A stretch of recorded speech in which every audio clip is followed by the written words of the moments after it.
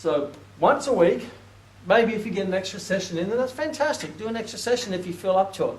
But once a week, do your push movement, pull movement, leg movement. And how many sets should you do? Well, what you want to do is one of your best sets. Do your best. Now, traditionally speaking, they say do 3 sets or 4 sets. And back in my early years, I used to do 4 sets and 4 exercises per muscle group. And I was just wearing out the joints while training the muscle. I don't want you to wear out the joints, because when you wear out the joints, then you're not going to be working the muscles.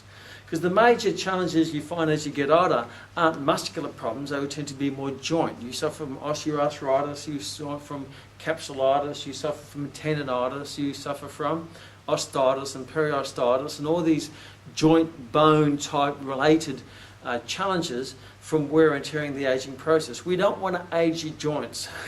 We want to keep them stable, so you want to train your muscles while protecting your joints. And I talk more about this in some other sessions.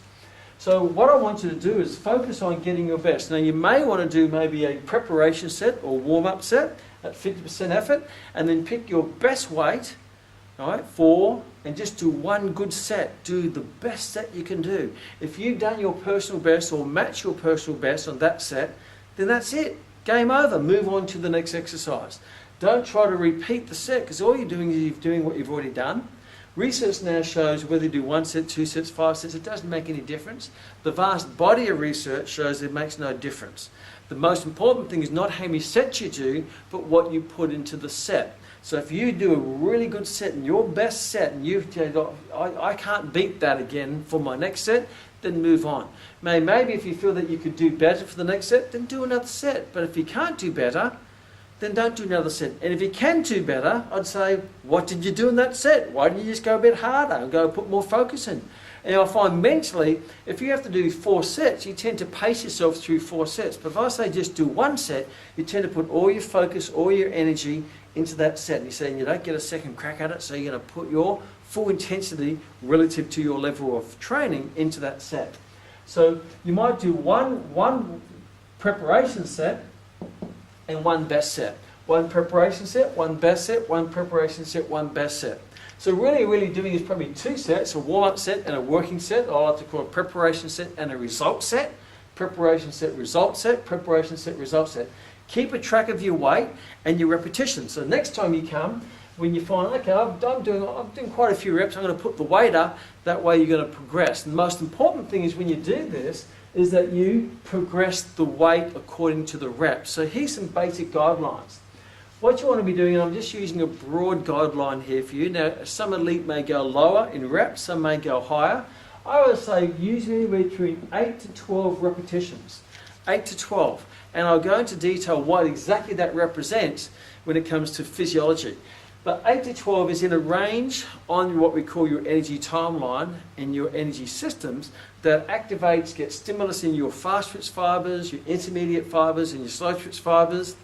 It's also a safe range to stimulate enough tension to progress your strength and muscle size or muscle density or muscle tone or muscle whatever it might be that you're aiming for. Now obviously if you're a woman, you're not going to get the muscle size because you don't have the levels of testosterone that a male has, but you still get stronger, you still spark the metabolism, you still look more firmer, and you still have a far better quality of life. So 8 to 12. So what you want to be doing here is you set a weight on maybe on your bench press, and my suggestion is you do as many repetitions as you can. So get the weight, you might put say 30 kilos on it or 20 kilos, and do as many as you can. And if you can go over 12, if you can do more than 12 repetitions, then the next time you come back, then you put the weight up. And that will knock your reps back down to maybe under 12. So the goal is not to do 12 reps, but do as many as you can. But if you can do more than 12, then that should be the trigger to put the weight up. And therefore what will happen is the next time you train with a heavier weight, and the reps will probably come down. And then over time, your training sessions, you work the reps up back over 12. When they get over 12, put the weight up, and they'll bring your reps down. Then work the reps up.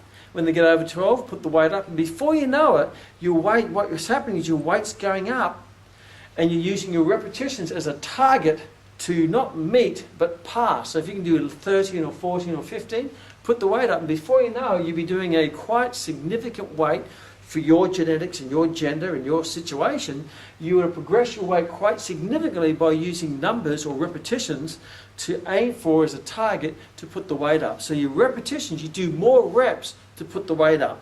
Do more reps to put the weight up. And try not to do it all in one session. If you've done a personal best, then move on to the next exercise and wait till the next week to come back, because now your body is fully recovered, fully ready to go, mentally ready to go, because you're itching at the bit to have another training session because you're not worn out mentally or physically from doing too much too often. If anything, you're always fresh and you're ready to put some good quality work into it.